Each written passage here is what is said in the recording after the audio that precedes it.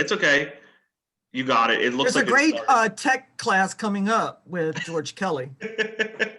All right, looks like we are recording, says up in the top left, so we'll be able to kind of post this if we need to. Let me just right, make cool. sure I should be able to share. Yep. Bean, do you need to be able to share your screen too? Nope, Leon's got this. He's better at that than I am. All right, I'll just perfect. mess it up. I'm gonna dip out. Yep, you're All right. good. Thank you. It looks like I'm good with everything. First off, why Leon is getting his stuff, his contract, which it looks like he's got. Does anybody have any specific questions right now concerning the agreement of sale? And then what I would like to do is talk about compliance a little bit first, Leon, if that's okay. Sure, yeah. Because how you set up your command is going to impact how your compliance will come over. So I just want to make sure everybody has a good understanding of how you start either a room or a loop and connect it with the command. So does anybody have any specific questions? All right. All right. Well, Leon, it looks like you sold this property or bought this property. Yeah, so for this one, I tried to find one that needed a little bit of help. So I have two versions of this one. So I am the listing agent for this property that sold back in March. This first tab right here, which is this one, this is the agreement of sale that was presented to me. And then working with the buyer's agent, I did this version. So I'll show you some of the changes that we made. But I'd like to see if you guys pick up on some of the stuff that we prefer as an office, and that would help us with our compliance and just making sure that the contract is buttoned up. Right. Now, Leon, do we have the other agent's name on this contract? Yes. I was trying to figure out, I was trying to grade out, we can skip over that page. So this person's actually he's pretty laid back. He was a pretty cool agent to work with. And honestly, I think he was just rushing to get this in. Okay, so, well, I don't know, as long as he's otherwise a pretty good agent, he was rushing because probably we were in the guideline. Okay. Yeah, so he guys, was rushing. And this was early last year, early 2020. And like I said, he was a great agent to work with. So I don't want you guys to judge or like hold him to any of this stuff. So we'll kind of cruise by his name because I couldn't figure out I was trying to cover up his name. I should have printed it out and covered it, but okay. I look back and I noticed some things that I would have done a little different on my updates that we worked on together. Well, yeah, that's why we're here today, because last time I shared an agreement of sale that I wrote, and to be honest, I've probably written 500 contracts, maybe 600 contracts in my career.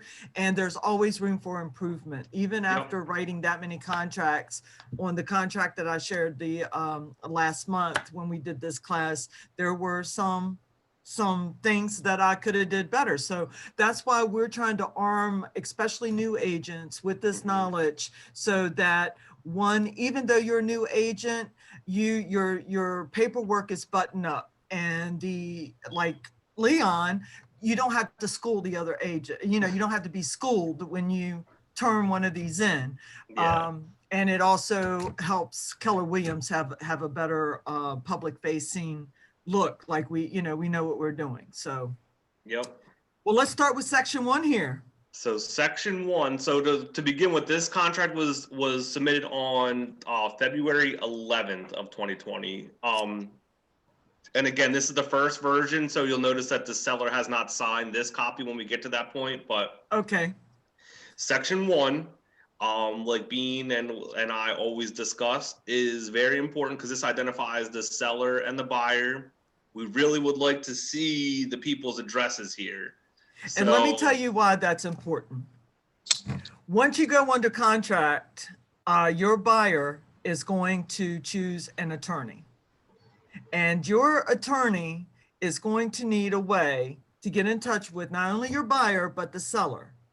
Now, the listing agent does provide things to the paralegal or to the attorney's office, but how great would it be that this section is filled out completely and they can send out all the settlement letters and all of that good stuff. These should be current addresses. Yep. For the seller, if the place is vacant, ask the listing agent what their current address is, so that, you know, any correspondence will be able to get to them via mail. Yep. That's And why if this it's is been important. vacant, and if it's been vacant for a while, usually you can look at the public records too and see where this owner's current address is, current mailing address is. Very correct. Very, very, very well put there. So, So as the buyer's agent, he should know his buyer's address. I don't know his buyer's address because I'm the listing agent, and he could have looked up the owner's address or just use the property address if it's not vacant, or if it was vacant just very recently, it might get forwarded to the proper address. So now, yeah, and I know that in the current state of the market, you are literally showing a house and running back to whatever office or your car hood or wherever you're doing these contracts, and you're trying to get it in because most properties have multiple offers. You don't want your buyers to miss out on an opportunity, but let me tell you, take the extra minute to make sure all information is filled in to these sections. It's going to save you some time on the back end when you're trying to process this paperwork. yep, Okay. exactly. All right. Let's go So into section- number 2. Yep, section 2 now talks about the property. So section 1 was all about the parties to the contract. Section 2 is the property. So we have the tax ID, which is good. He has the county and the full property address. So that's exactly what we want to see there. Yep. Do not make sure you put the parcel number, especially for newer agents. This is very important. Not that the paralegal or whomever can look it up based on the Hey, physical Mr. Drain, how you address. feeling? How you doing? I'm sorry. Go ahead, Andre. No, Okay. So just make sure that the parcel number is in there, because that's, you know, how they pull, you know, parcel records, deeds, things like that. Exactly.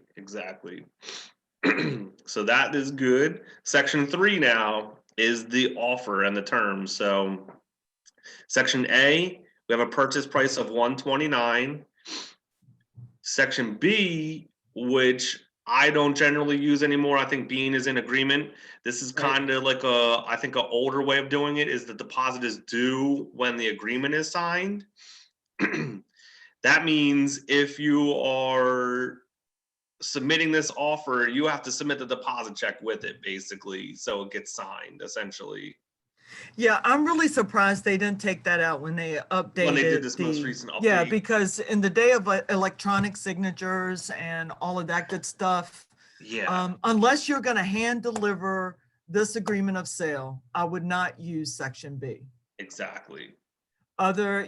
Just don't do it, because then they're going to expect you, if it's not turned in, technically you can be out of contract, and they can say, oh,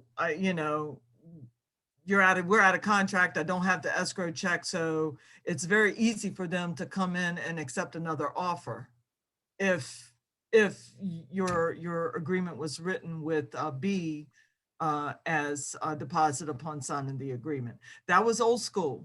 That's when agreement of sales was actually hand delivered to the listing agent. Those days are gone. Everything is emailed or electronic now. So just keep that in mind. What you may get as a buyer's agent, you may get some pushback from older agents that say, we want to see a copy of the check.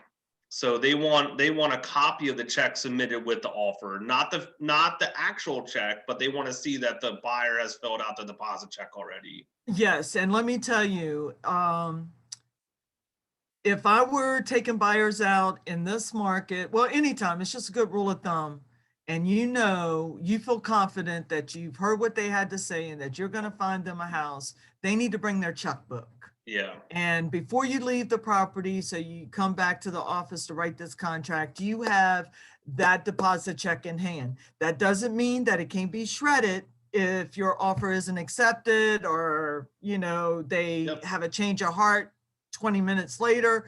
You can destroy that check, but at least you have it. At least you can send a copy with the agreement of sale and the supporting documents, Yep. and they know that it's en route to the listing brokerage office. So just as a good rule of thumb, just have your buyers bring a checkbook. Yep. There are some people who don't believe in financial institutions and they don't have a checking account. Then they should get a blank money order or something, and then you can fill it out. It's going to be this deposit should equal at least 1% of the sales price. Yep. Or the offer price.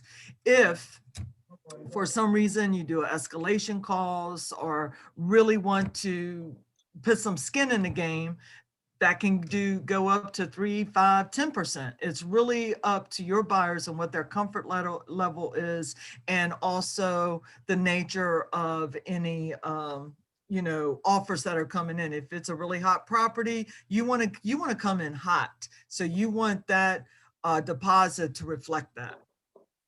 Yep. Anything You to ju- add there? Yeah, you Leon? just need to, so I do try to have my buyers do at minimum 1%. But like Bean said, I try to have them do as strong a deposit as we can. But you need to have that conversation with your buyers up front.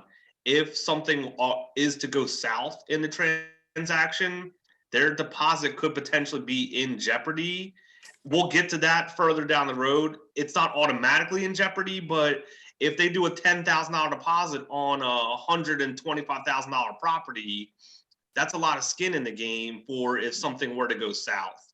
So Yeah, just, it's got to be reflective of the property and the property yes, condition and the amount of offers that are coming in, and really exactly. how bad your buyers want this property. And let me Exactly. tell you, in this market, you got to come in hot. I am starting to see average days on market increase a little bit. Yep. Not by a lot, but by some. So we're starting to see a change just a little bit, but you still got to come in hot because you're going to Exactly. probably be in multiple offers. Yep.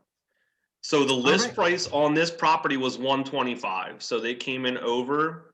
I still, even though this line is part of B, I always check off that it's a check because 99.99% of the time it's going to be delivered as a check. If it is a money order like being talked about, I would specify that. And then it's due within 3 days of the acceptance. So they have to have that check delivered to us, to our office, by within 3 days Of acceptance. So of if it's acceptance. Yeah. if it's accepted today, which is Wednesday, then you Yep. just count. Weekends would count unless Yes. otherwise stipulated in the Yep. contract. Also, don't ever have your buyers give cash. I don't even know why that box is there. You can't don't take know. cash to the settlement. You shouldn't give cash for a deposit. You want a receipt or a Yep. record showing that you paid this deposit. So please do not have your buyers pay cash. I know Yep. there are some cultures that really like cash. Cash is king. But in this instance, take that cash, get a money order. So I was you just have gonna a say, if you have record. somebody, exactly, you have somebody that wants to pay cash and is insistent on it, insist on them going to just get a money order. Right. You really want your buyers to have a receipt, and that Yeah. would be in their best interest. Yep. And then line D talks about additional deposits. So this is like Bean was talking about, some skin in the game. If your buyer doesn't want to put a ton up front without having the inspection or whatnot, then you can do this additional deposit. Now, the only thing I would say about this, I would be leery of this. So we'll talk about it. I would personally make sure that this date range exceeds your home inspection, meaning your home inspection negotiations have been completed. Then your buyer releases a second deposit. And the reason for that is you can really kind of start doing the happy dance after your home inspections are negotiated, because then you're basically just waiting for a mortgage commitment and the appraisal to come through. Yep. And unless it's some really fluke, unless this is really overpriced or you go well above list Yeah. price, you're not going to run into an appraisal issue. And, you know, they've already they're already pre-approved. So a mortgage commitment, as long as you know, they get their loan application in and supply all the documents, that's just a matter of time. So, Exactly. yep.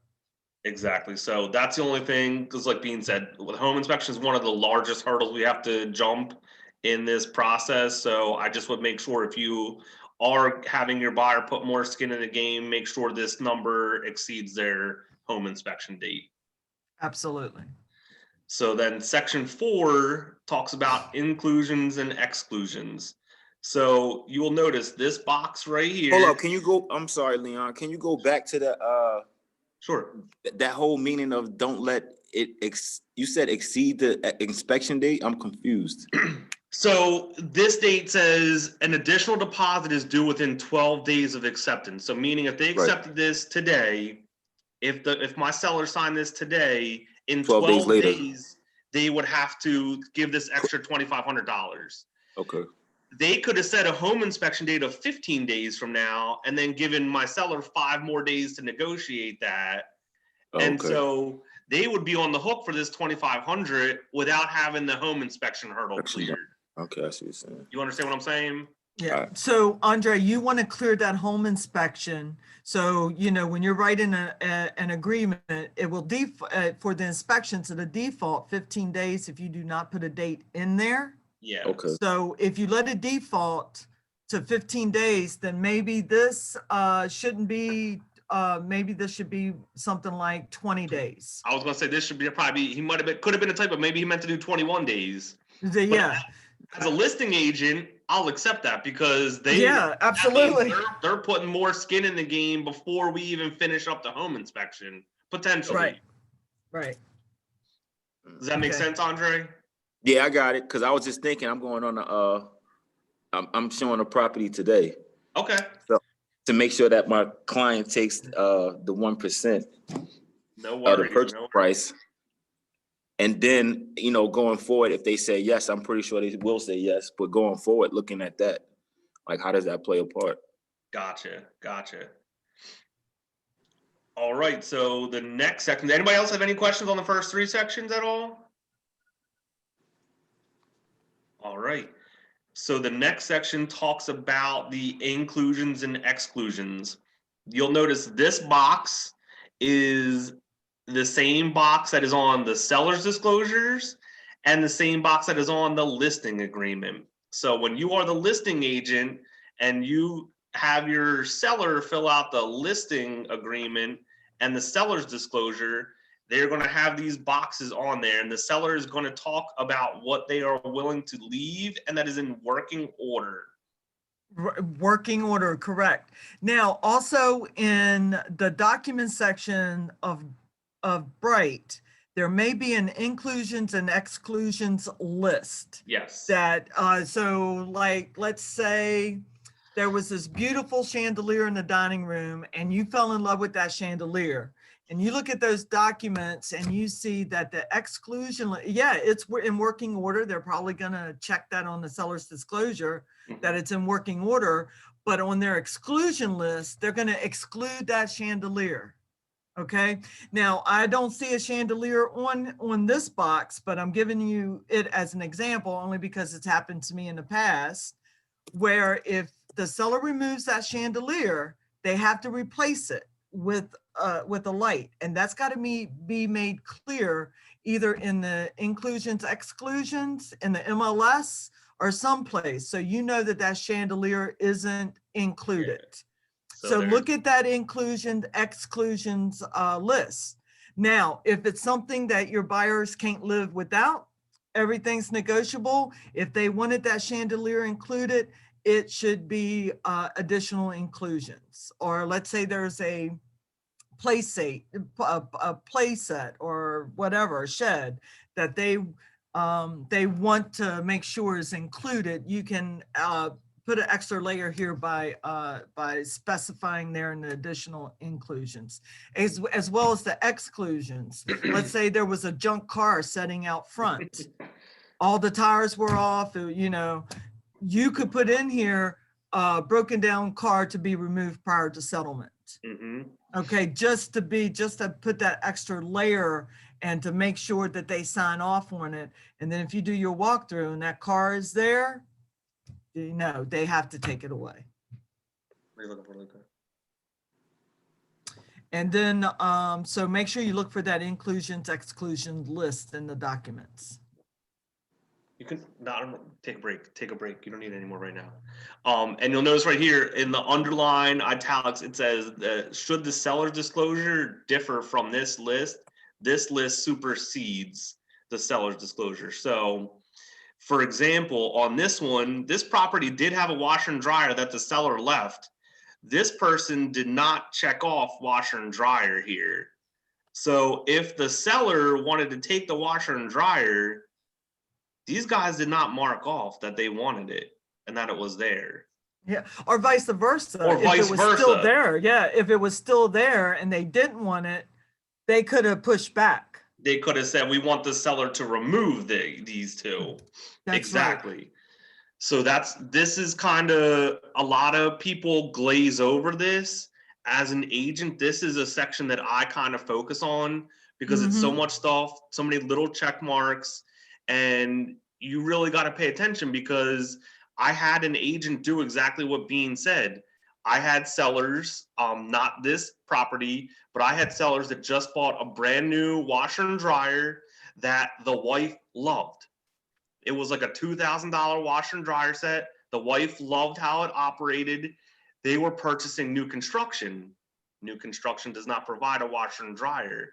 They specified on their seller's disclosure that they wanted to keep their washer and dryer. They wanted to take it with them to their new construction instead of purchasing a set again.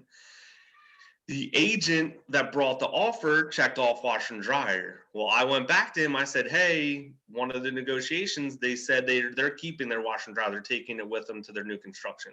He said, well, I mean, we're just trying to negotiate here. And I said, well, this is something they don't want to negotiate on. So we're going to take that off of the disclosure or off of the agreement of sale. So you have to be careful because my sellers did not pick up on that. I sent this to my sellers and I always send an outline of my thoughts of it and I discuss it with them. They did not notice that. So they would have been out, say $2,000 to purchase a new washer and dryer set.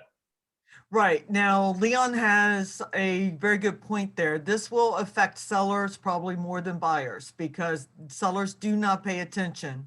So when you get to the point where you have sellers, this is an area in their best interest that you need to focus on because they do not.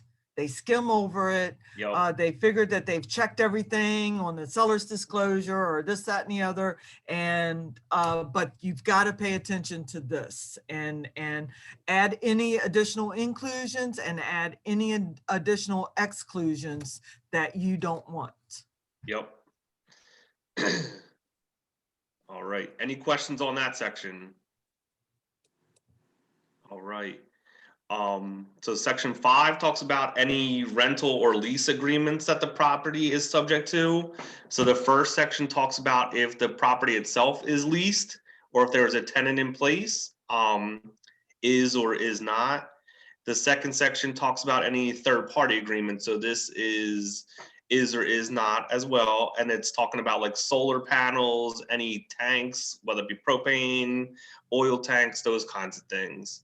So you want to make, go ahead, Bean. I was just going to say, if there is a tenant in place here and your buyers is purchasing this house to live in, it's going to be their primary residence, okay?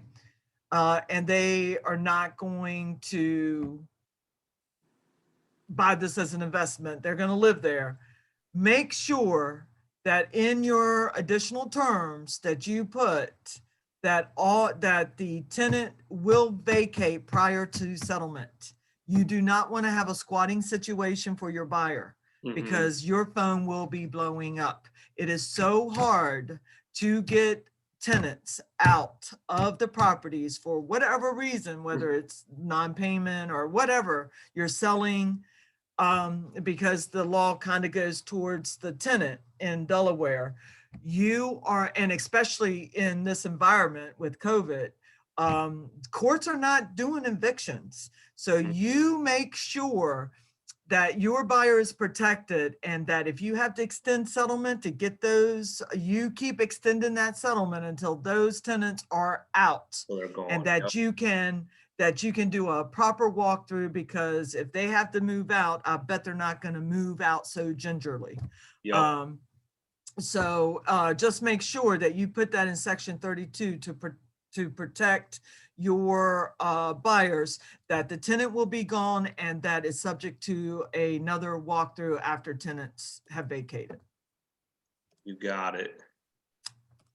Any questions on that? Anybody?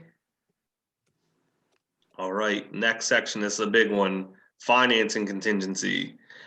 So it's going to be yes if the buyer is obtaining a mortgage of any type. This one is FHA, could be VA, could be conventional, could be a renovation loan like 203K, different things. So if they're saying yes to a mortgage, they want to put what type it is here, the term in years, the loan amount, which this should be also on the pre-approval letter, and the maximum loan to value ratio. So again, I said this person was rushing.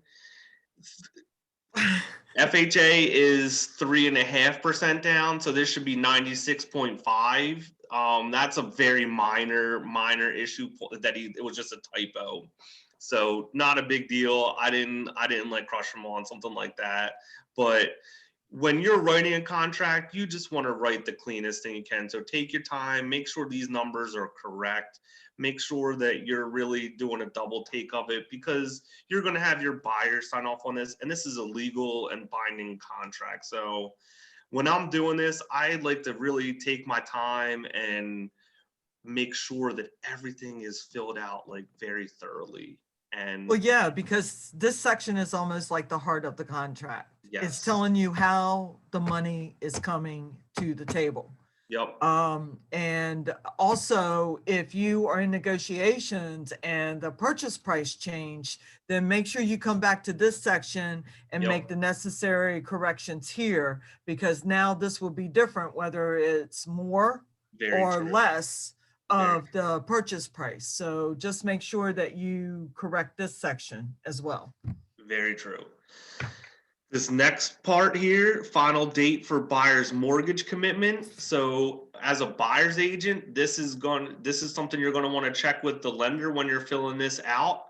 I know Bean and I discuss this a lot. I like to do anywhere from like 7 to 10 days prior to settlement. So I usually do about 1 week prior to the settlement. So that way, right. And that allows, if something were to come up with the mortgage commitment, maybe they're missing a tax return or something like that, that gives you a week. If you need to extend it, you can, but it gives you some time, some cushion time before settlement, that you can take care of any unexpected roadblocks. Okay. And I see that it's infamy, that it's not ever due, right? The mortgage commitment for this? Yep, that's blank. So as a listing agent, I had a little bit of issue with that. Yes. And as a buyer's agent, I would have an issue with that too, because I want to make sure I'm writing a clean contract. And that's something that you definitely want to have a date there. And you'll see when we get to the next version, you'll see some of the changes that I made. The next section, part B here, it talks about how the buyer is going to make their application in how many days. So this, I like to see anywhere 5 to 10 days at the most. 10 days should be the max. If you're taking around a buyer and they're pre-approved, they should already be kind of getting their paperwork together, and they should be in communication with their lender, and they should be ready to make their mortgage application fairly quickly, especially in this market, with once getting this signed contract. I agree. And I think Leon is a little bit more lenient than I am in that section. I like to see 3 to 5 days, because he's exactly right. If your buyer is serious, they have their documents ready to go. And there's no reason, as soon as this is ratified and signed, that they should be called, their next call should be to their lender, and your next call should be to their lender to make sure that, you know, that the loan process is moving along, because the quicker you can do that, the quicker your mortgage commitment is going to come. Yep. So today I'm just gonna, because we're already we're kind of taking a while. I'm gonna try and cruise through and just kind of focus on some of the sections that we're filling out. But I definitely take the time and read through the entire contract for some of the other, because these talks about the ramifications of what happens if you miss a date, if your buyer doesn't do what they're supposed to do, if the seller doesn't do what they're supposed to do. It talks about what can happen from that. So, Bean, do you want to add anything just real quick? I just want to kind of keep moving and show some of the Yeah, differences no, between the two no, that's versions. exactly right. I mean, there's seller duties and there's buyer duties, and Yes. they need to be, and you need to thoroughly school your buyers, especially if they're a first-time buyer, on what their duties are. So please take the time to read those sections. Exactly. Then settlement, in this section, you're going to put in the county that you want settlement to be held in and the date.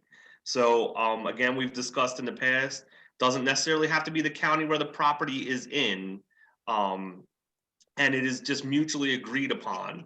And again, this date is, if you read the next line, so settlement to be held on 3/27 or before if mutually agreed upon. So this deal was very clean. The buyer was very clean, and they got their mortgage commitment like literally within 3 weeks of us accepting this, and we settled on this deal on March 4th, I believe, so almost 3 weeks early. Now, excuse me, that's not a COVID cough. I just swallowed something wrong. Just remember that if you have to go past this date, you will need an addendum. You want to do an addendum, so anything on or before, as long as parties agree, then you are good to go. Anything after, you definitely want to do an addendum that shows that both parties are in agreement.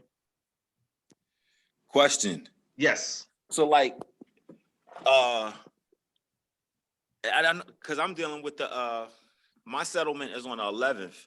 And they want, like, the buyer wants my client to come all the way up to Wilmington because the office that they have in Smyrna is no longer in use, but it's on your letterhead. So to me, I think that's BS, but that's a whole nother story. And my client really doesn't want to drive all the way up to Wilmington from Maryland. So the buyer sets the date and time and place where the settlement takes place? Yes, so the buyer sets the date of settlement here, and the buyer contracts the attorney. Right. Now, in your situation, I'll work with you one-on-one after this. In your situation, the seller can pre-sign stuff, can pre-sign the deed packet, and just, you have to just reach out to the attorney and say the seller's out of state and wants to pre-sign the packet, and then you can attend the settlement and just sign the final documents with limited power of attorney for him. Okay. And then they would wire his check to him? And they'll either wire the funds to him for a fee or release the check to you. They'll ask the seller how they want the funds released. Okay. Yeah, So but he the could release seller the check should to you. work, right, Go the ahead. seller should work with the paralegal Yes. of the attorney's office Yes. to say, I'm not attending settlement, and then let the paralegal handle the intrinsics of that. Yes. And then. So that's nothing that I can speak on the seller's behalf. The seller has to initiate that. Well, you can let the paralegal know that the sellers do not Yeah. want to attend settlement, and then Yes. have your seller contact the paralegal. Yep. All right. That's exactly what I'll do. I would just send them an email today, since it's so fast. I'd be like, look, the seller is not able to attend this. He's going to reach out to you and try and work everything out with you about pre-signing. Okay. All right. So example, this Friday I've got my closing. Yes. And yeah, the sellers live in Pennsylvania, so they're doing it completely virtual. Okay. Mm-hmm. Great. Yeah, so that's the thing. So in Delaware now, I believe, and Bean, I don't know if you've seen this. I thought I heard that attorneys are accepting electronic signatures. Well, I think in this time, Yes. The COVID time. Yes. I think they will accept it now, Yes. but that I wouldn't say that that's going to be the norm. Yeah, no, I agree. I agree. They are accepting electronic, I believe, for COVID measures. But typically what they would do, Jeff, is what we just explained to Andre. Even in non-COVID times, a seller can pre-sign if they're out of Mhm. state. And what the attorney will do, and I actually just had an attorney do this back in like October. I had sellers pre-sign, and they FedEx the actual deed packet out, had them sign it, FedEx it back to them, to the attorney. So it's a ink signature, and it's notarized. Mhm, And yeah. that's Yes. typically how it's done in the past. And then the real estate agent is able to attend the closing and are granted limited power of attorney to just sign the final documents. Right. So, but also in the day and age where, realtors are limited going into closings, that's why they're allowing the Yeah. electronic signatures, because in Delaware, a lot of attorneys, only people who need to sign can be at the settlement. Now, if you have a limited power of attorney, that would mean you. Yeah. So you could go to the closing and sign on your party's behalf. Yep. All right. Exactly. So section 8, again, is nothing to fill out, but time is of the essence. And that just means that your party, whoever you're representing, is contractually obligated to meet the date set forth in this agreement. That's it. Yep. So you need to really project manage them. I say, as an agent, we are the project managers of the transaction, because there are a lot of spokes in the wheel, and it is our job to facilitate that everybody completes their duty to make sure that the wheel turns and we get it closed. That's the best way that I can explain it. So as the project manager, you need to be, whoever, if you're representing the seller, you need to be like, look, we need to make sure we have our response for the home inspection by tomorrow. If we don't have a response, we could be out of contract. And same thing on the buyer side. If we don't get our request in by such and such a date, we could lose that option. Section 9 talks about conveyance. Now, we do want to check off one of these boxes. 97% of the time, it's going to be in fee simple. When you get to downstate, I know one of Jeff's deals is there's ground rent that he was working with. So there are some ground rent situations. And I think there might only be one co-op building. I think we always get hung up on this. Yeah, I think there's only one co-op, but don't confuse that with condo. Condo and co-op are different. So condos are still transferred in fee simple. Yes. So don't get the two, because a co-op, you almost have to be elected in. Yes. Okay, because you own part of the building that this co-op is in. Not only your unit, but part of ownership in the building. So there's a difference, okay? A condo, you only own your unit, and there's a condo association that actually owns the property.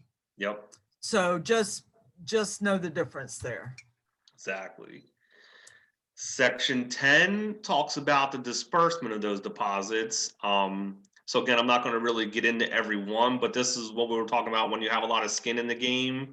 If your buyer has a big deposit, the funds will either be released upon settlement, meaning you get to the closing table, the funds being held by our office escrow account is then transferred to the attorney's escrow account. By signing a release, so both parties agree we're parting ways, deposit is returned or kept by the seller, different things. So you don't want to ever get to go to court.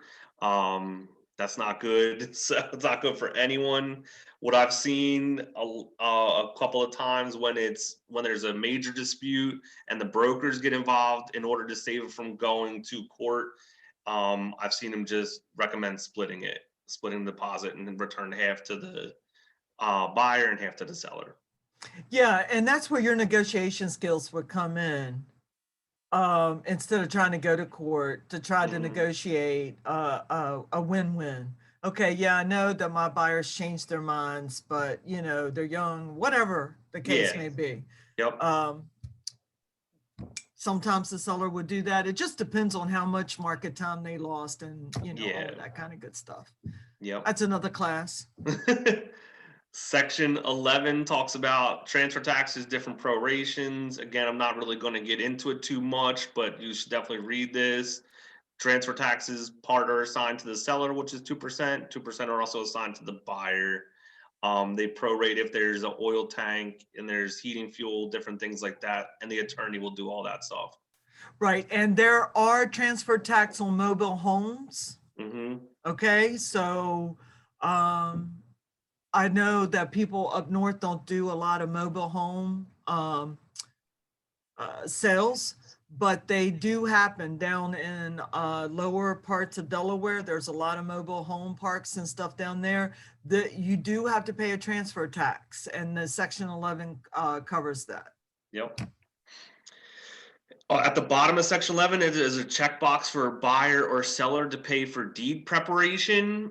And it says buyer shall pay all of the customary settlement charges.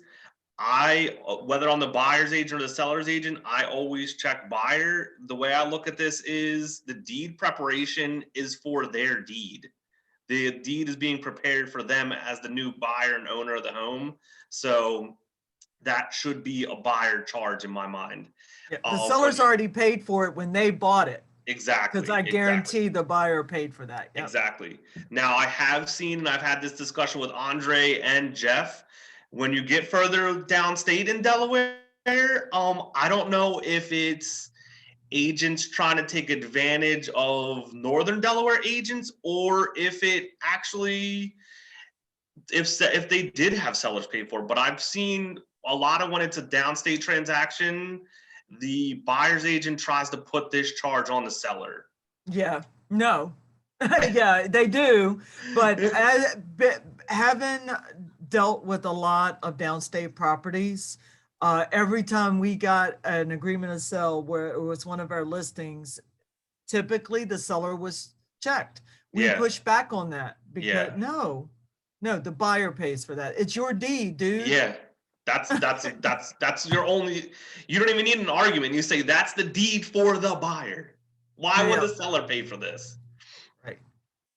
That's just my take on it. So as you see, you it's can unchecked. use it as a negotiation though, if you want. Sure. That could be used as a negotiation, some leverage if you need it. Exactly. So the next couple of sections, talking about the title is in good marketable condition, meaning there's no liens on it, and the attorney's going to do the title work in Delaware for you. So they will let you know if there are any liens on the property prior to settlement. And these are any type of liens: utility liens, mechanic liens, mortgage liens. You pissed somebody off really bad and owe them some money, they could put a lien on your house if they win in court. I mean, I've seen all kinds of nonsense come back on title searches that had to be satisfied before we could move forward with settlement, and that could delay settlement if title problems come up. Now, let me tell you too, sometimes some attorneys don't do that title search until the last minute. You can know 2 days before settlement or a day before settlement if there's a title issue. Okay, so because the paralegals run it and then they set it on the attorney's desk, and the attorney is preparing for settlement like the next day, and go, oh, nope, we can't do this. And same with encroachments and surveys and things like that. So just know that this could come up a couple days before settlement. Exactly. And then we're going to kind of cruise through some of these other sections, but delivery of documents. So you want to make sure that everything's being delivered in a timely manner. Electronic communication does count for delivery of documents. This is not recorded. The deed will be recorded. Fair housing. We know we don't discriminate any of these parties, any of these protected classes. So you just have to be very very Mhm. cautious of what you say and make sure that you're just being fair to everyone. FERPTA and Delaware tax. Again, this is more for like the attorney and an accountant. So if you have an investor possibly from that's foreign and it's going to be a big transaction, you might want to have them definitely consult the attorney and the accountant before for any of their liabilities as far as taxes go. Right, and now the 5403 document, let me just talk about, that doesn't Sure. really affect the buyers. That Yes. affects the sellers, Yes. okay? So just, the paralegal will send this 5403 document out. But just remember, that's more for the sellers. Are you gonna be Yes. still living in the state? Are you moving out of state? Because Delaware wants their money, damn it. They want Yes. to get it. So that form is gonna do it. If you're moving out of the state, you're gonna have to pay some tax before you Yep. move. Exactly. So what she means by that is on this 5403 form, they're going to ask you if the property was occupied for 2 of the last 5 years. And if the owner is in state or out of state, and if they're out of state or moving out of state, then Delaware collects the taxes right then and there at settlement. Right. The attorney the attorney holds the taxes to pay the Delaware tax right then and there. So Right. that way, if the person is out of state, they don't just send them a bill and have them lackadaisically send their money whenever, if ever. So the attorney will process that, and this does affect the seller. Being exactly right. All right, homeowner's warranty. The seller can provide a warranty. The buyer can purchase their own. There's pros and cons to it. It's good. It's kind of a little safety net, especially for first-time home buyers. So they might not have a major expense their first year of like home ownership. Risk of loss, I would just read this. This is just saying that the property will be transferred in the manner that it was viewed. If there was anything major happen, the seller's responsible for that. What I do with a seller, when I'm talking to sellers right at the beginning, I say, look, here's the deal. We got a contract. Here's all the dates. As we get about 2 weeks out, I say you can call the utility companies and say we're settling on such and such a date. We're supposed to settle on 3/27. I tell them, do not cancel your homeowner's insurance until settlement is completed. Do not call your homeowner's insurance and say, hey, 2 weeks in advance, we're settling on 3/27. Because if they cancel that policy on 3/27 and you have to extend it even 1 day, you have to extend settlement 1 day for whatever reason, and God forbid something happens to that house, they are no longer insured or covered, and they are responsible to provide that house to the buyer. Absolutely. So it's best for sellers to let the property close and then call the next day. Exactly. That's exactly what I say. All right. The next section just talks about the condition of the property, and then we're going to get into the home inspections. So the first part of the home inspection is wood destroying insect. Here you can put in a specific date, or if you leave it blank, it will default to 15 days from execution. This is also known for the newer agents as a WDI. Yes, you might hear people say. Yeah, Yep. you might hear some attorneys say, I need a copy, or lenders actually Yes. will say, I need a copy of the WDI.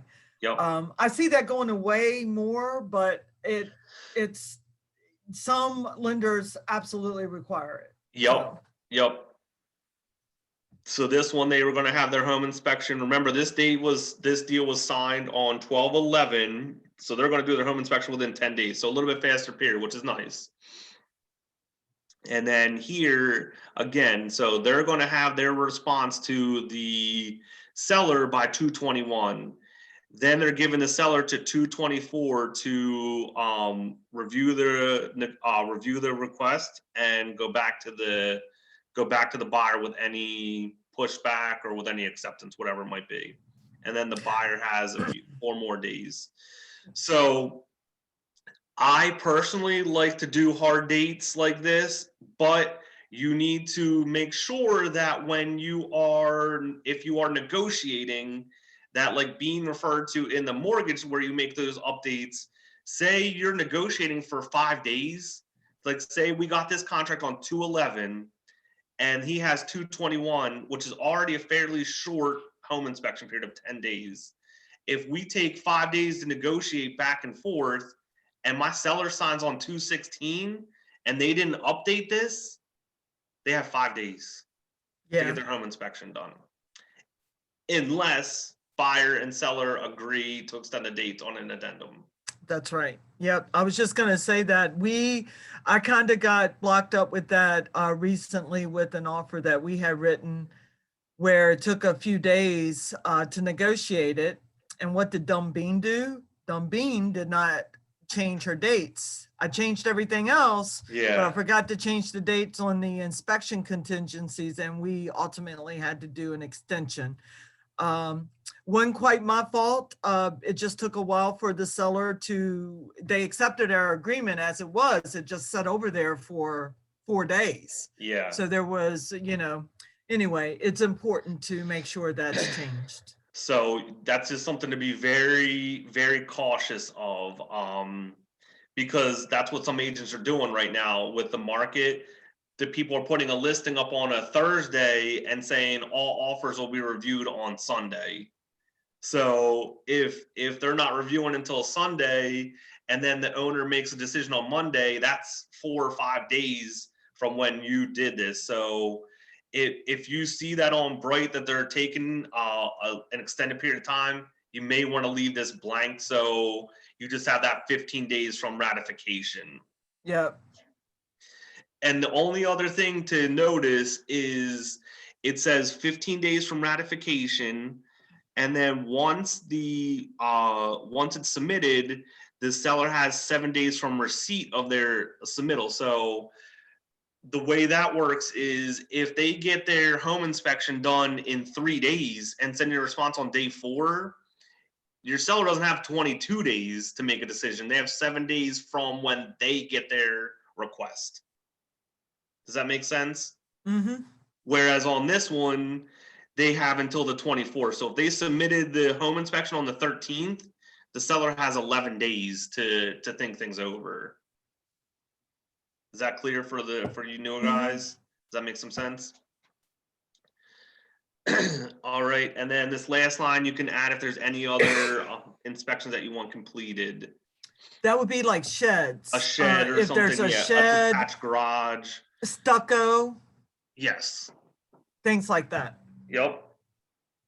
And then if you scroll down, you get into some more, the next section is the other inspection. So there's septic. Now septic is the seller's responsibility to have it done, but the buyer can have it inspected if they have concerns as well at their expense. That's right. The seller does have to have the septic pumped and Pumped. certified. Yes. Okay, that it's operational and that it's okay. If they can't provide that, then you have every right, your buyer has every right to walk away from this contract. Yep. It depends on the buyer whether or not you would offer up their own inspection. Don't forget, the buyer's already spending a ton of money in inspections between, a home inspection radon and WDI. They're probably spending $600 or $700 Yep. in inspections. Do they really need this cost? If they do, if you think there's a problem or whatever, then suggest that. If not, then wait till you get the paperwork from the seller. You can also put, now listen, North Wilmington, you're not going to have to worry about these septic issues as well. This is only when you get down south. Yes. But in section 32, you can say buyer reserves the right to do a septic inspection after the certification is received. Yes. From the seller. Yep. Okay. And then if they don't like what they see in the certification, maybe an intake or something is faulty, then they may want another inspection. Yeah. Yep. So the other ones are generally if there's a septic on a property downtown, there's probably well, so you want well water.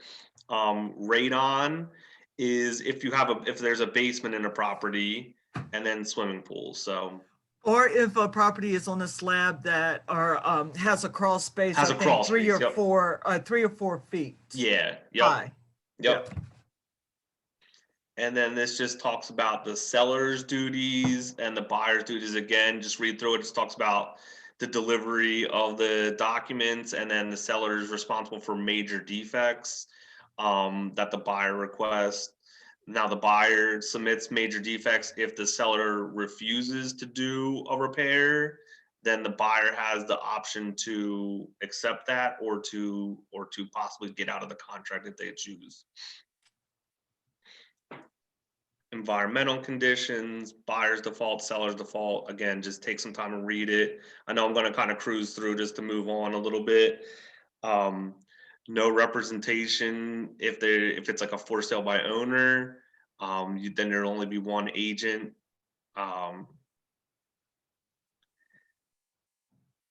Indemnification attorney fees, that's going to be part of the attorney. The agent disclosure, again, don't look at the agent name. Yeah, don't look at Dave Taylor. I'll tell you what, like I said, I did it, Dave, that was a great transaction overall. Yeah. I mean, we worked very well together, and actually I currently have a deal going with Jim Pettit right now too, and we have a great deal Very going good. together. So Very great good. guys, I'm not judging them on their contract. I just used this contract because there was a lot of just missing information and different things. And he did tell me when we talked about it that he was rushing. So this is by no means a judgment of him. So just keep this within our office, please. Yeah, but it's a great learning experience because there were some really vital information missing in Yes, this there's some big contract. pieces of information missing. Exactly. And Bean I might mean, have a if I heart had to attack when she guess, I sees the know- next section. I know these guys are relatively seasoned agents. Oh, they're very seasoned agents, both of them. They've been doing this for years, not a So, year, years. Yeah, so, it just goes to show that you need to take your time when you're but in this market, I can understand how things can be rushed. Yep. And that's the thing. And now people are doing some stuff on their phones and on tablets, so it's a little bit harder to see and it's easier to miss information, that kind of stuff. And like I said, Bean's going to have a heart attack when she sees the last section, but Section 31 talks about all the addendums that are attached. So they signed off on the seller disclosure, lead-based paint and radon. They provided the pre-approval letter and the FHA document addendum, and they also had an escalation clause attached. Yes, and also, guys, I noticed on the DAR forms, there is a new addendum called Sight Unseen. Okay. Oh, okay. Now, my team, we have our own Sight Unseen addendum. The DAR one is just as, it's good as well. Yeah. So in this day and age, there may be a time where you have a buyer that will buy a property sight unseen.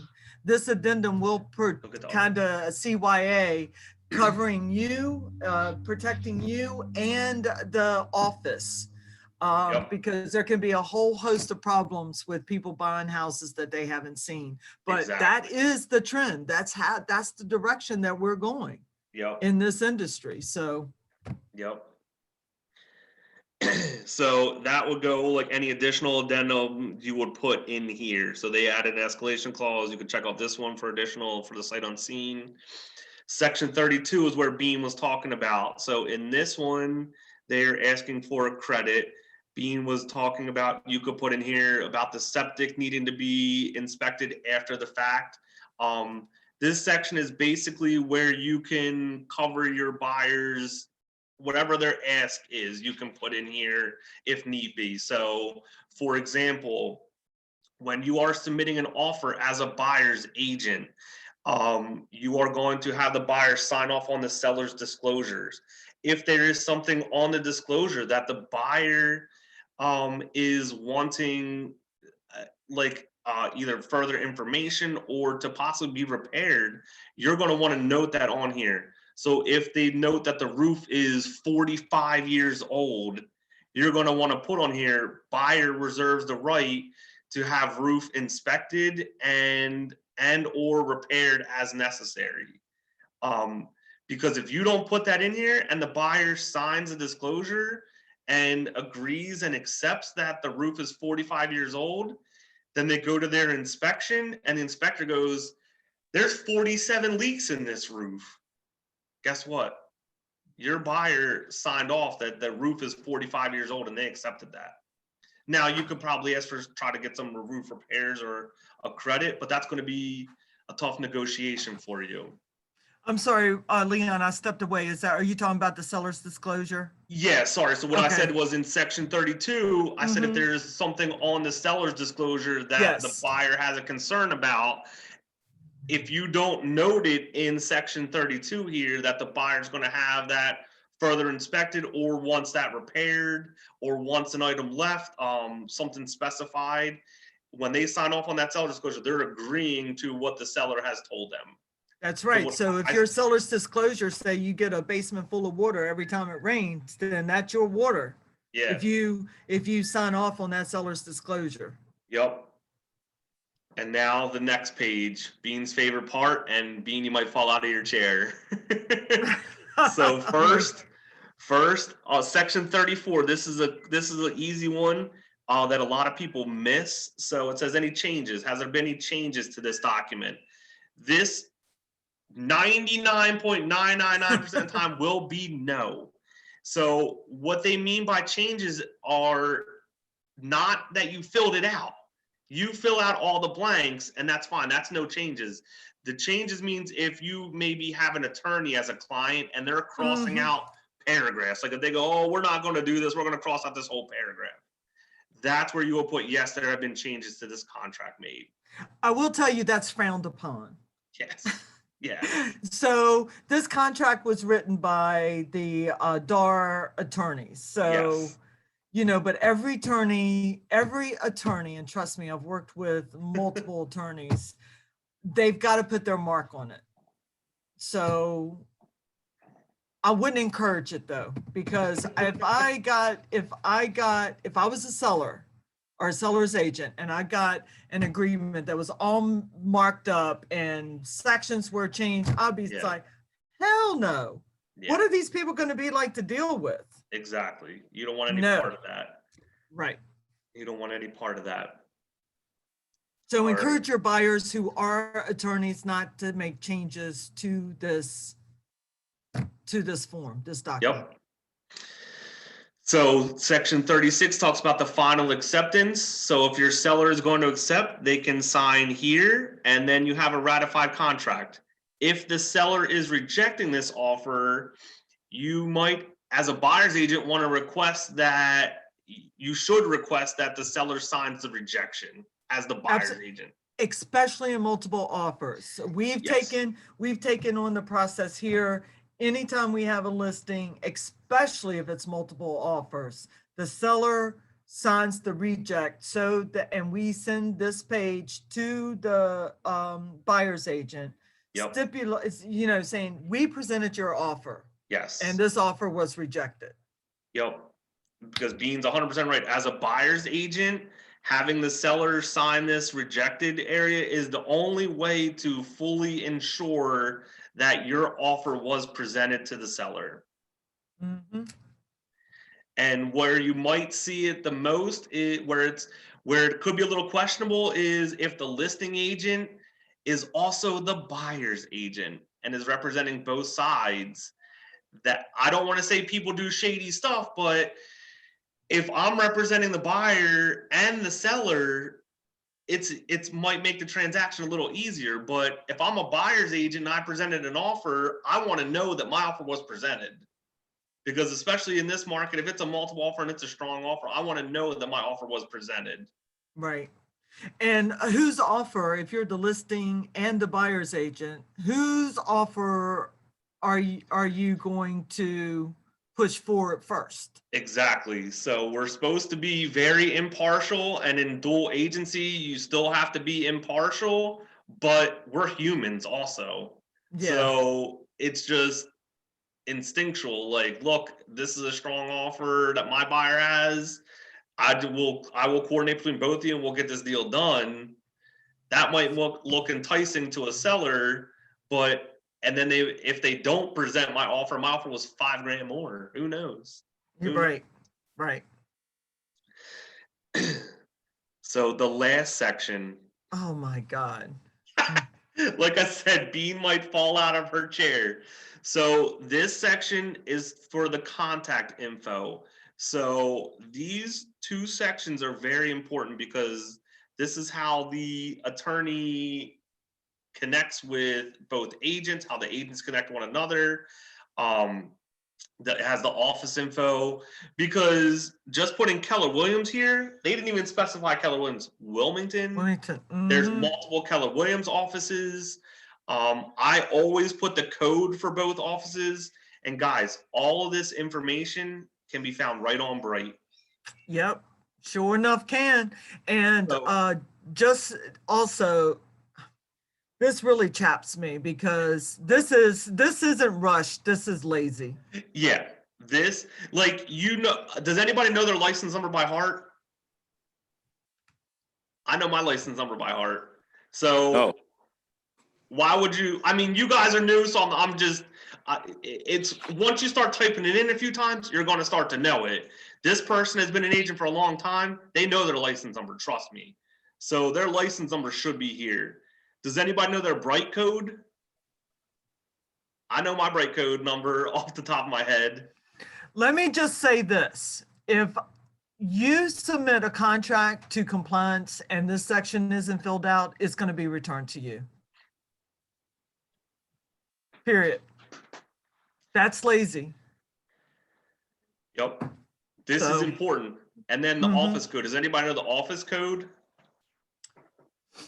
The office code is KELWLMWM. Keller Williams Wilmington. That's the Bright code. Yeah, that's our code Yeah. for our office in Bright. That's and then correct. your number, your code in Bright is a number. Mine is 325-1983. So I put that on all my transactions. And then my license number is RS0025092. Once you start filling out a few of these, you start to remember that number. Mhm. So again, and the office address, their office address. A lot of places are asking for the brokerage IDs. You want to make sure just this information's filled out, because all Yep, this. and that's your goes- broker license number. Yeah, that's your broker license. Okay, yeah. I don't know that by heart. So It is- what I'm going to do, since it's already been an That's hour. because it changes. Yeah. Your brokers change, so Yep. therefore your license, your license number changed. Yep. So since it's already been an hour and 15 minutes, you guys have about 15 more minutes. We'll go through maybe this other one and then just talk briefly about compliance. Now, I have a quick question, Leon. When you Yes. did the corrections, did you make the corrections and send it back, or did you tell him what corrections to make? So I talked to him and I said, hey, we need to fill some of this stuff out. How do you want to do this? So you'll notice I did add like a text box here and put my seller's address. This is the updated version that I sent. Got it. Now, what I was saying, when I went back and did some of this, I should have probably, even though this is minor information, I still would probably put initials next to everything, just to let them know that it was a change to the original I would have contract. requested a whole new contract. You would have? I was a little bit nicer with him. I had a discussion with him over the phone, and I said, look, we need to fill some of this information in. Because it is missing and I don't like it. And They still didn't put, wait, go back up. They still didn't put how it was going to be distributed. They Yep. still have 12 days, so they've Yep. kind of Like I said, I backed left themselves that. in a wall. Like I said, I left that. That's, as a seller's agent, I was fine with that. That was on Right, the but- buyer's agent. I understand, but I'm trying to tell our buyers that there are buyers agents that are sitting right here. Yep. Guys, you are working in the best interest of your buyers. So you just make sure, and you know, Leon is right. As a listing agent, I'm sure, hell yeah, I'll take a second deposit before the home inspections are Yeah. due. Yeah, Why not? sure. And that's sure. more money that you put in your seller's pocket if this were to go south. Yep. If it's, you know, if it's deemed that the buyers are in, you know, out of contract. Yep. So, I forgot. I missed that even check off check. I would have probably put a check marks in the check because it was delivered in a check. This is just a preference of mine. I don't like leaving blank lines, so I always put NA on both of these lines. That's, like I said, that's just a preference of mine. Financing contingency, I discussed with the lender and the buyer's agent. We talked about a date. And again, I probably should have put initials right here that both parties agreed to that date. wait, Leon, you talked to the lender? Yeah, So you put in March 17th. I put that there. Yeah. Okay, just I making talked to the sure. lender and the buyer's agent about the changes that I was going to request, the updates. So Right. as a listing agent, and I know I've had this discussion with Andre and Jeff because they've had listings. As a listing agent, you can call the lender for the buyer and have a Absolutely, conversation with as you them. should. So when I get an offer, I call the lender and I say, hey, I just have a conversation. Look, I just want to introduce myself. I'm the listing agent for Rodman Street. I see you're representing the buyer that's purchasing it.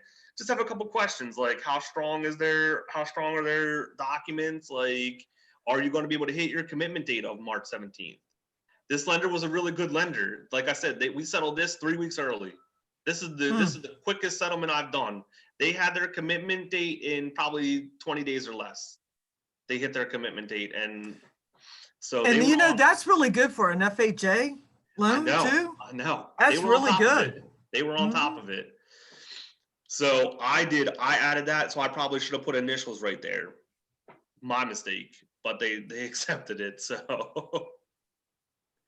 a couple of the other changes we made. So here's something where I said the buyer's paying for this, and we had them sign off because that's a charge. So I made sure to put the initials there. We left the home inspection dates alone. Like I said, I just want to cruise through real quick. So there's some of the couple of the changes. I left that alone. And then in the bottom, I filled in a lot of the information. Thank you. Just because I wanted that information there. I put our office code, our office address, my Bright code, my license number, my email, his license number, his Bright code, his office address, his office code.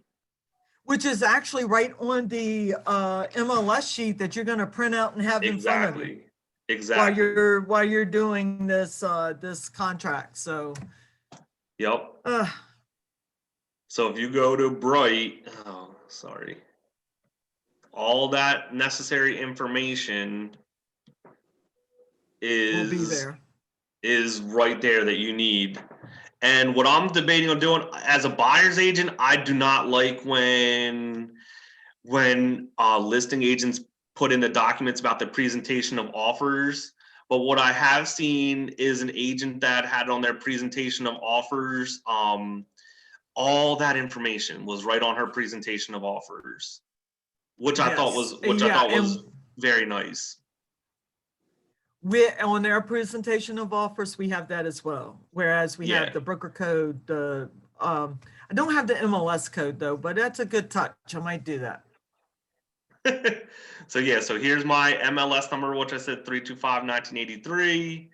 My license number, my contact info, our office code.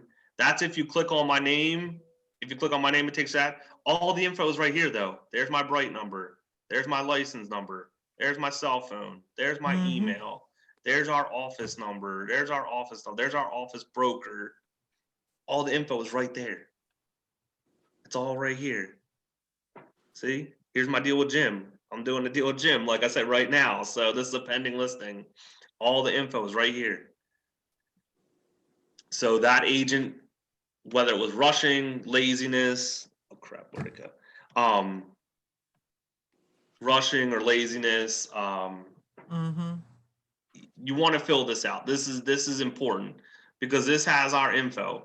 So in this case, Dave was the agent. Jim is the broker for that office, I believe. Or I don't know if they're partners or what, but Dave was the actual agent that I was dealing with. You want his info there. So we know who the contact is, who the agent is, that kind of stuff. Now, for those buyers, and Leon, I'm just gonna express upon that, but you buyers who are gonna be part of a team, already on a team, sometimes as buyer's agent, you will have to write these contracts in the the rainmaker's team. name, Yep. okay? Sure. But you should put in your email and your telephone number. Yeah. It could be, like in my case, it would be under Steve Anzelevich, Yeah. but this would be my name, my telephone number, so Mhm. I get the contact. Hey, is Steve there? No, what is this concerning? It's concerning 123 Street. Oh, I'm actually the agent. My name is XXX. You know, I'm on his team. Da da da da da. Like that. So just bear that in mind if you are part of a team. Yep. Yeah, so you would put that under the rainmaker's name exactly. Yeah. Let me see if I can find this real And quick. if you don't know what a rainmaker is, we need to get you into some more Keller Williams culture classes and stuff. Yeah. All right, I was looking for one to show a presentation of offers, but that's not neither here nor there. Okay. So I know we kind of zipped through that last one pretty quick. I just wanted to show you guys the changes that I made with the other agent to kind of tidy up that contract some. It was a good one, Leon. I don't think I have one quite that good, because it would have never came across my desk, to be honest with you. Like I But- said, I had an overall a very good transaction with Dave. We closed early. We were negotiated the home inspection repair request easily. He was accessible, like communication wise. Everything was good overall. It just Good. was, as I got this contract, I looked at it, I'm like, when I opened it up and reviewed it, I was just like, in my head, I said, come on, man. Come on, Well, man. yeah, because you feel like this is going to be a preview of what a transaction is going to look like. Exactly.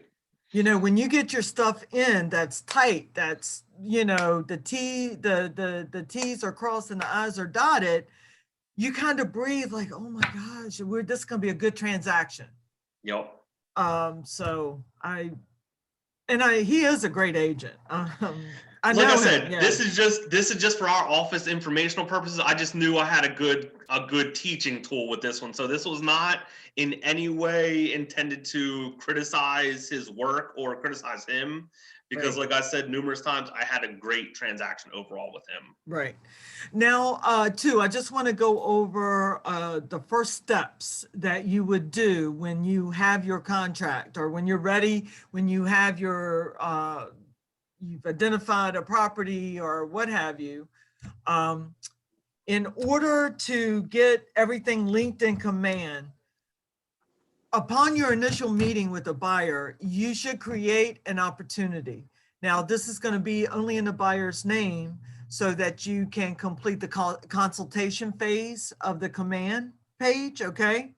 The command tabs, which is the first section in the Delaware buyer, is the consultation, which requires the CIS and the affiliation document, okay? In order to, whether you're using DocuSign or .loop, in order to connect these so that you can do all your compliance stuff easily, is you insert your contact, could be Mickey Mouse, whoever. Mhm. Then you create an opportunity for that buyer, Yep. okay? It's gonna be in the buyer's name until you go under contract, and then you have to change the opportunity name to whatever the property address will be, okay? Yep. Once you find a property, yep. Yeah, so just make sure you put that on your checklist to change the opportunity name to the property address. And once you do that, it's going to be up in the top right-hand section. You're going to see start transaction. You're This gonna one says click go to that. transaction because I already did it, but it would be right here. It would say Oh, start transaction. Leon, I don't see that. Oh, you can't see my screen? Can anybody else see his screen? Can you see my command? No. Sorry. Hold on, let me No. try and reshare. Hang on one second. I So- apologize. I yeah. thought you guys could see. All right, let's try this again. Can you see my command now? Yes. All right, so Yes. all I did was I'm in command. I went to opportunities where Bean was talking about under the buyers. I have one in here already, but you could do create a new opportunity and like she said, put in the buyer's name. So I have And you this see, buyer. yeah. And as you see, it's just the buyer's name until your property is identified. Yep, because we Okay. don't have that. And then what Bean was talking about is you go to documents and the first section of the consultation documents are this, the CIS and the affiliated business arrangement. And right here where it says go to transaction, it would say start a transaction. Yep. So And it's I gonna give already you an started option. this. I'm sorry, Oh. and it's gonna give you an option to choose either .loop or DocuSign. Yes, yes. You're gonna wanna And then- choose DocuSign unless you are choosing to work outside of that. That's our preferred connection is DocuSign. But here you wanna try and get these filled out early. So I don't have these filled out because I was given this buyer from his parents who I sold their property. He said he was looking for an investment property and that was about a year ago. I sent him these documents and he never signed them and we haven't really spoken since. So I have this kind of pending opportunity because I explained to him where the market was. I said, look, he's a first time flipper and I said, it's a struggle right now. It's a struggle. So I don't know if he's waiting for the market to shift, but I'm trying to keep in contact with his parents and I send him some email updates every now and then, just try and stay in touch. But A where piece of he- advice, what's if you that? do have a buyer that you need to kind of cultivate a little bit, put them on a drip campaign within Yeah. command, just so you stay in front of them. Okay. Yep.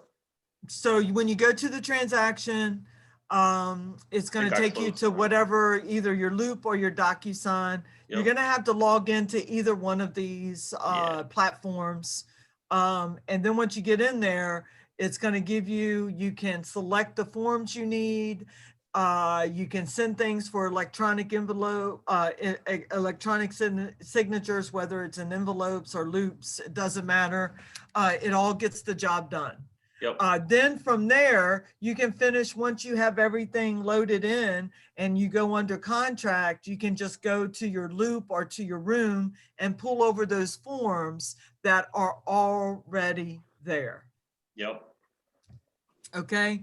Now, as you can see, I don't see DocuSign connected to that because, or I'm sorry, .loop connected to that because he went to DocuSign. Yeah. Those of you that says .loop, that will say .loop there. Yep. Okay. So don't just let you know. If it says required, like the little red here, required, then that form is required. If it's conditionally required, then that means it's pertinent to this transaction. Mhm. It don't necessarily mean that it's required by the state. Those required forms are required by the state. And those, if I don't have those forms, this will get returned to you. And when I say when I don't have those, when you add your file, okay, when you add the document, it's got to be the executed document. And what I mean by that, but all signatures need to be there and it needs to be complete. So that's what I'm saying. If your Delaware agreement of sale comes over, I don't care if it's already signed. I'm still going to return it to you if it's not completed properly. That don't mean you won't get paid. That just means that, you know, Bean is pushing back a little bit saying you got to kind of get your act together with these agreement of sale, with your documentation, or we reserve the right not to pay you at a later date if these are not correct, not completed properly. Leon, anything else you would like to No, add to that's that? exactly right. So where it can get a little confusing is more on the listing side, I feel like personally, because you have the seller's disclosure. When you're doing your listing opportunity, in the first section, you put your seller's disclosure that are signed only by the seller. Right. That's under your consultation phase for a listing. For your under contract, you're going to put the seller's disclosure in here again, but you're putting the one that's signed by the buyer and the seller. So you have two versions put in two different places in here. And that's the kind of stuff I'm looking at when I go through and approving these opportunities. Do I check every single form? No, but I do check the important ones. I do check the agreement of sale, and I do check to make sure all signatures are on the seller's disclosure when we get under the under contract tab. So I'm not so much looking, I don't care about the price, things like that. I'm looking for signatures, and I'm like, if you're a newer agent, then I'm gonna start looking at, did they fill this out correctly?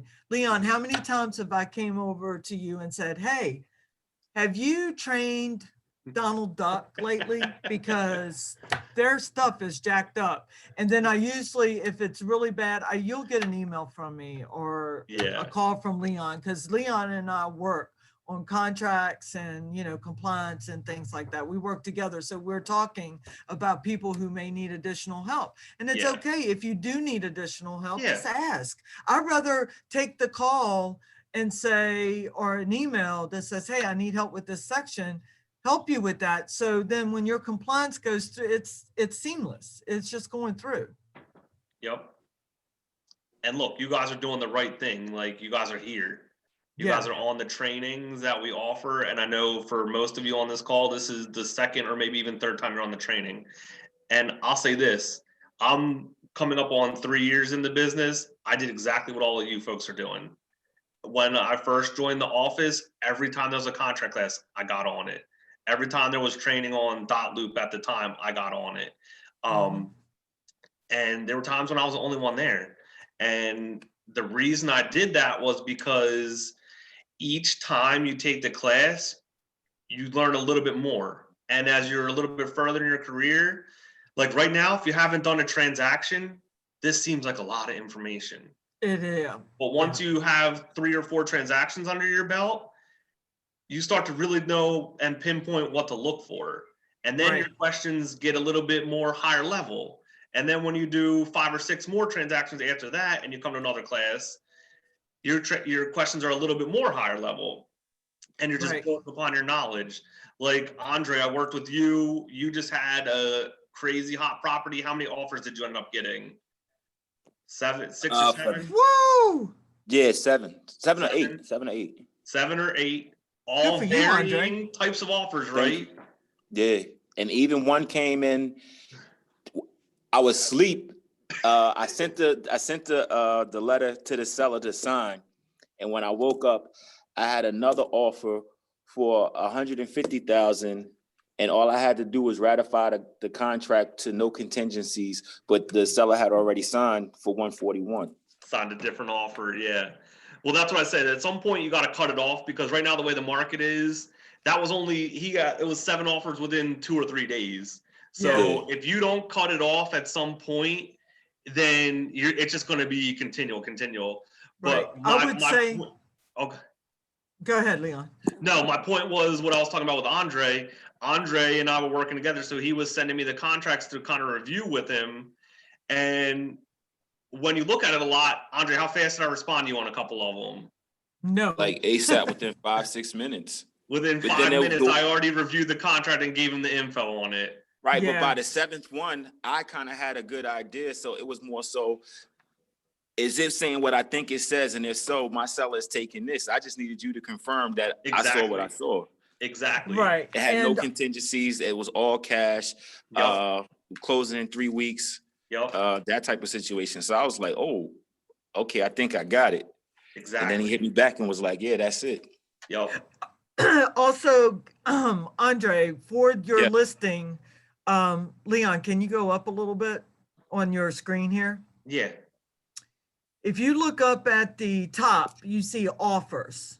Okay. You can put in you could have put in all 7 offers. Oh, okay. and did a pro and cons Yeah, here. if you generate these offers, it'll do like pro and cons list of them to help you explain to your seller if you want.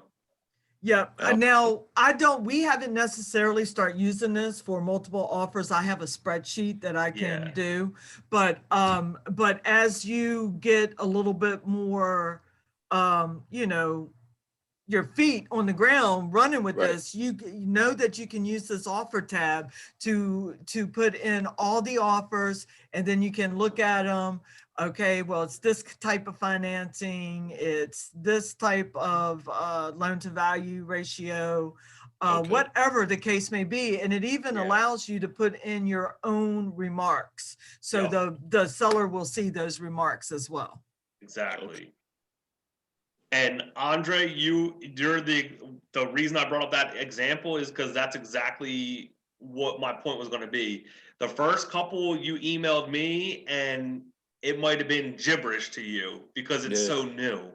But by offer 6 and 7, you kind of knew what to look for. So that's like the silver lining with the market we're in right now. When you have multiple offers as a listing agent, you're getting to review a bunch of offers, and you start to know what to look for on the selling side. Mhm. When And then Leon also in that, because there was a couple times where because we was downstate, the I guess the buying agent was trying to get us to pay that extra fee that you was that just deed talking prep, about. The yup, deed, prep, right. yup. So, and then also listening now about that one, the buyer, the buyer's agent that kept requesting the for rejection. me the rejection.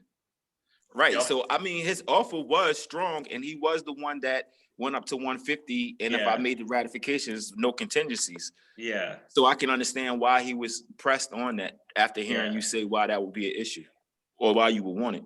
No, I got you. I got you.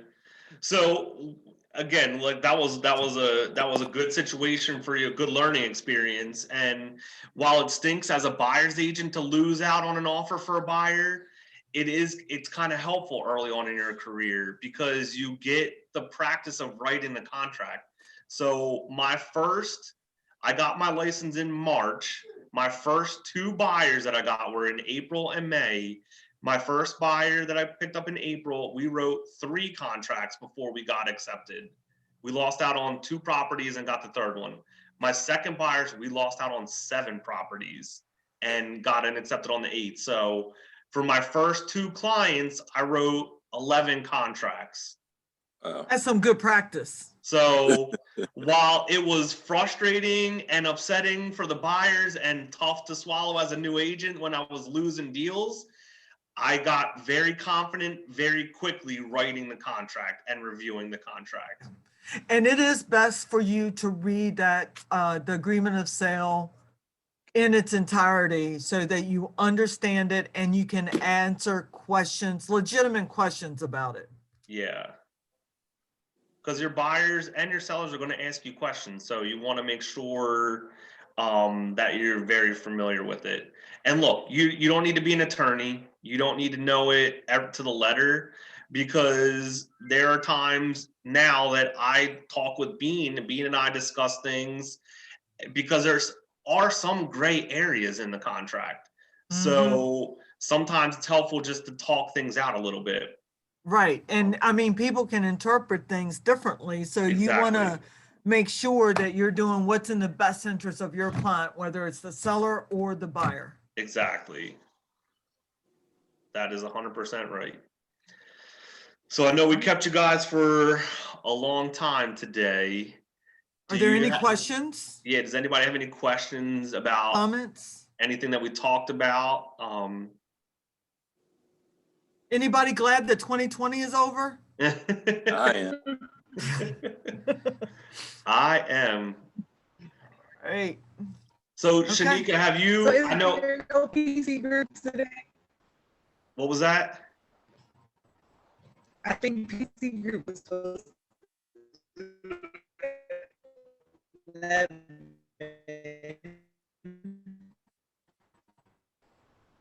I don't know if it's my computer, but it was all broken up. I apologize. No, yeah, I couldn't hear it either. Can you hear me? A little bit better. Yep. Can you hear me now? I think you're frozen now. Okay. If you have a question, go ahead and type it in the chat if you want, since we're having some No, audio I trouble. was wondering if we were still doing PC group today. If we were doing what today? Oh, the productivity coaching? If you have a question. Is that what you were asking, PC coaching? Shanika, I think you're totally frozen now. Well, I have another engagement. I do have to go, but Shanika, if you need to call me or Leon, please Today. do an email. Was that PC? I think it was today. I'm not sure. I got an alert on my phone that it was going to be at 11, but I'm not sure if Ashley changed it. Okay. Well, I can let her know that you guys were in class too, if you missed Yeah, something. yeah. Yeah. Okay. But I gotta jump off. Leon, you are the man. Thank you. I thank appreciate you. No Thank you. problem. listen, That was guys. helpful. Also, keep a lookout. I'm going to suggest that we do a class on supporting documents as well, on what's Yes. required, Yes. whether it's listings or sales. Yes. And then also, I really want to delve into the compliance aspect Yes. and really teach you guys, you know, what is required in the state and why these forms are important. Because when you understand that, you can better educate your buyers and sellers. Yes. Okay, so be on the lookout in the next couple months for those types of classes, and those will be classes that I will teach, and maybe Leon will help, Sure. and sure. vice versa. If he's Yep. teaching a class, then you know I may hop on and help him out. So Yep. Bean and I work well together, and we're on Yep. the same page with a lot of stuff. So our office is all about teamwork. So we're here to support the office and you guys. yeah, So and it's oh, go ahead. always great to see beautiful faces. Mhm. Maybe in 2021 we'll get to do it in person. Oh, wouldn't that be great? We could have an actual classroom training session. Yeah. That would be awesome. Is that the Yeah, norm? What's that? Is that the norm? I would imagine. This Yeah. is the norm right now. Well, right The now, yeah. Zooms, But yeah. like pre-COVID, like you guys had like your trainings in. Yeah, prior to COVID, we have that large conference room where we can do the projector. So typically, Bean and I will be in there. One of us will be on the computer with the projector, and the other one will kind of be discussing with everybody, and we can all kind of walk through on your computers at the same time, like getting in a DocuSign, opening a contract, kind of reviewing it right on your computer. Yeah. Also, what we're thinking about doing is actually pre-recording these classes, and Leon and I be on Facebook Live and answer any questions that would come up. Yeah. Yeah. Okay. So you know, we'll re-record it. We will record the class and just post it on Facebook at a certain time. And those of you that are tuned in, if you were to have any questions or whatever, then we would be Yeah, there we're to available for questions. make sure to answer them and, you know, just work you Yeah. through any questions or problems that you would have. Yep. And I missed the first like 15 minutes of the class. Where can I go to find like this class again? Because I see it's recording. Yeah, we recorded this one. So Trish, I'll work with Trish this afternoon or Bean, and we'll try and see where it's going to get posted more than likely on our office resource site. So I'll see if we can't get Sarah to get that posted and put up there. Okay. So Okay. Sierra and Shanika, I know Shanika, your audio hasn't been the best. We can't really hear each other, but have you guys written any contracts yet, or are you guys brand new? I'm super brand new, like to a point. I don't have a license number yet. Okay, okay. I don't have Yeah, anything we're yet. in the Still waiting same- for my license to come in. Gotcha. But you gotcha. will have questions when you write your first Yeah. one. And it's scary, but just know that you're not going to break anything. Yeah. And that you have some resources here to help you out. Yep. Yep. So we'll have Right. this posted, and then myself and another agent, Rob, are also contract coaches in the office. So Ashley will work with you guys to kind of pairing us up to kind of help you through writing your first couple of contracts and reviewing them and everything. Yep, and you can always email me or reach out to me. I'll be able to help you out too. Jeff, is Jeff still on here? Because I I've think helped Jeff him out a jumped off, lot. yeah. Yeah. So just know that we're always available. I'm always in the office. So, Mhm. you know, just come on in. I'm in Steve Ancelovich's office. So come on in and I'll help you out with anything that you need. Um, You got it. All right. But right now I got to scoot off. So, All right, Bean, you have a great all right, day. thank you yep, so it's much. good seeing all you beautiful people. And just know it's a great day for America. That's right, that's right. All right. I'll see you guys. All right, have a good one. Bye. Bye. All right, any other questions about anything? You guys all good, kind of? Right now, I just don't have any questions because we haven't really So dived no. in just yet. So I feel like I'm just kind of soaking in information as I get it, kind of. Yep, that's the best way to do it. Like I said, so this is about to be my 3rd year, and when I first joined, I did the productivity coaching with Ashley, and there was probably 3 or 4 people in there with me to start out with, and that was in March. By the summertime, it was down to just me, and I went faithfully every week. We met in person, did our tracking, talked about what the next week we were going to do, and I just stayed on it, and I attribute a lot of my success to that. And like I said, I attended other training. What's that? The product to make sure the productivity coaching. Yeah, the productivity. Like I said, I attribute a lot of success to that, and the fact that I went to a lot of the other trainings too. So anytime early on in your career when you don't have as much like transaction and busy work, just try and soak up as much education as you can. Okay. That's the best way to get started. All right. Alrighty. Did you do a lot of marketing in the beginning? Did I do Like- it? No. No. So I'm very lucky. I really just kind of talked to my sphere. I called people my phone book and my cell phone, and tried to build out a database of my like friends and family. And I've been lucky to have been able to get a lot of business from that. I would say almost 90% of my transactions have been friends and family. Okay. And my first year, my goal was try to do 1 a month. I closed 11 in my first year. Wow. Nice. You got good friends and family. So like I said, it's all about just talking to them and getting involved, and then you do right by them, and then they spread the word for you. And that's the biggest thing. That's good. I still don't do a ton of marketing. I hammer out 3 farms. I market to my development that I live in, and the development that my parents live in, and my in-laws live in. And I send out a mailer, and I do like some giveaway stuff. I do something like once a month in there, and try and talk to people, that kind of stuff. And when So you're calling, I'm sorry, go ahead. No, go ahead. I was gonna say, when you're, and this might sound like a really simple question, but like when you're calling friends and family, like, are you just telling them, just obviously catching up with them and just saying like, hey, going into real estate? Because I guess I don't want to say fear, but like my concern with like telling people is like they'll come to me and I can't do anything because I don't have a license. You know what I mean? So I'm like, Yeah, no, so that's a tough spot to be in, but don't let that stop you, because if your license is kind of pending right now and you're just waiting on it and you have somebody ready to go, myself or Rob will be able to help you get started. And I'm not in the business of taking anything from you. I'll have you working through the whole transaction with me, and we'll just have it stuff under my name.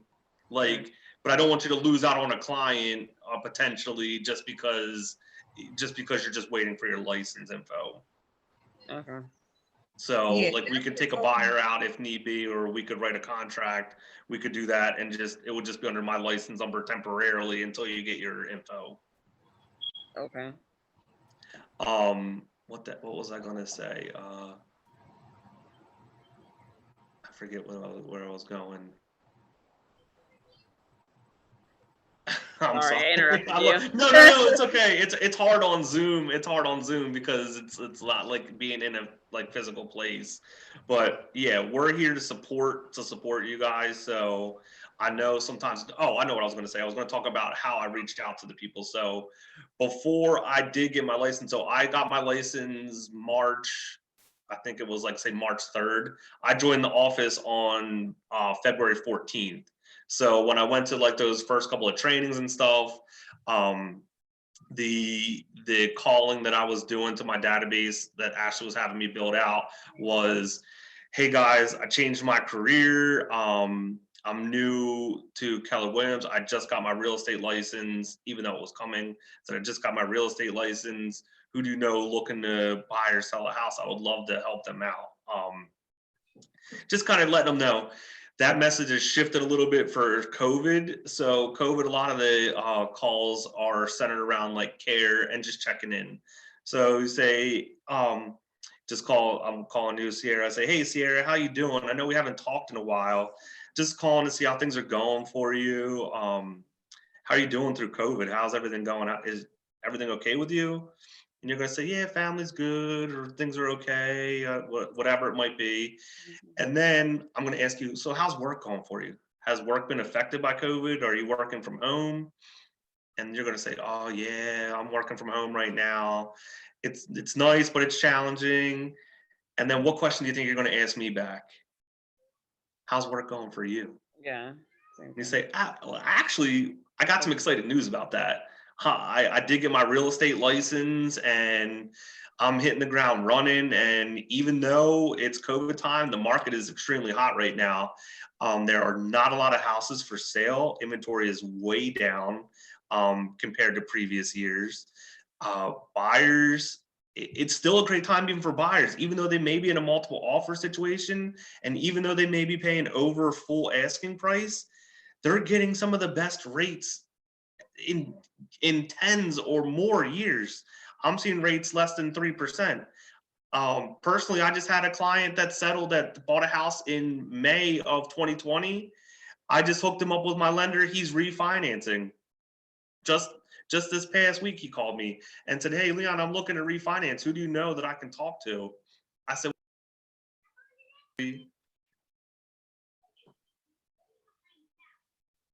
You're good now. I think you hit the mute button by accident. You're good. I think now. Trish muted me on accident. Maybe I was getting too loud.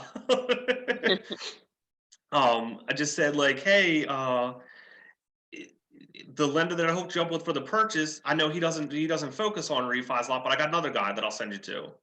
And my client just texted me yesterday and said, hey, my interest rate's coming down almost 0.75%. That's going to save me over $100 a month. Thank you. Thank you so much. Okay. So that's how the message has shifted a little bit.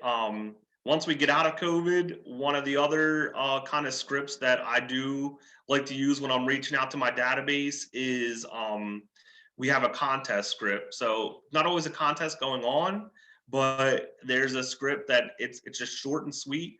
I say, hey Sierra, this is Leon. How are you doing? My office is running a contest right now to see how many contracts I can get signed. I really want to win this competition. I'm up against Sierra and Shanika right now, and I'm just calling to see who do you know that might be looking to buy or sell in the next month.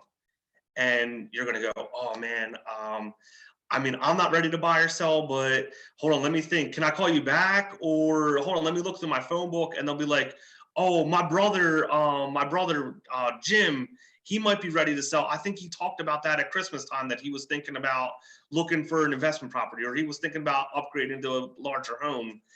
And you say, hey, well, I would love to help. I would love to help Jim. Is there any way you could send me his info and connect us? And then boom, you have a referral client. Or potential referral client, but I mean, you get their contact info and then you reach out to them and see what they really want to do. Okay. So I like that contest script just because it adds a little bit of excitement to it, and it's not just the same old, hey Sierra, this is Leon again. Like, Right. I know I just talked to you last month and you didn't have anybody looking to buy or sell. But how about this month? Do you know anybody looking to buy or sell? It switches it up, but yeah. So that kind of makes it a little fun. And if you're calling somebody in your phone book and you're basically asking them for help, they're going to try and help you. I mean, they're your friends. They're in your phone for a reason. Yeah. They're in your phone for a reason. So more than likely, they're going to try and help you out if they can. Okay. Okay. All right. Okay. All right. And yeah, I'll check with Ashley because I did see that 11 was supposed to be PC, and I don't know if that got shifted. I know sometimes we were doing it on Thursday and then sometimes Wednesday. So if it was today at 11, we'll probably pick back up next week. And we'll just use this as kind of the coaching class for the week. Okay. All right.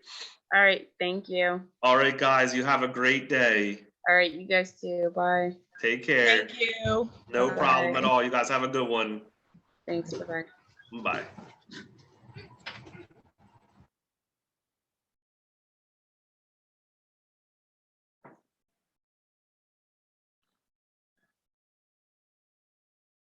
Trish, are you there?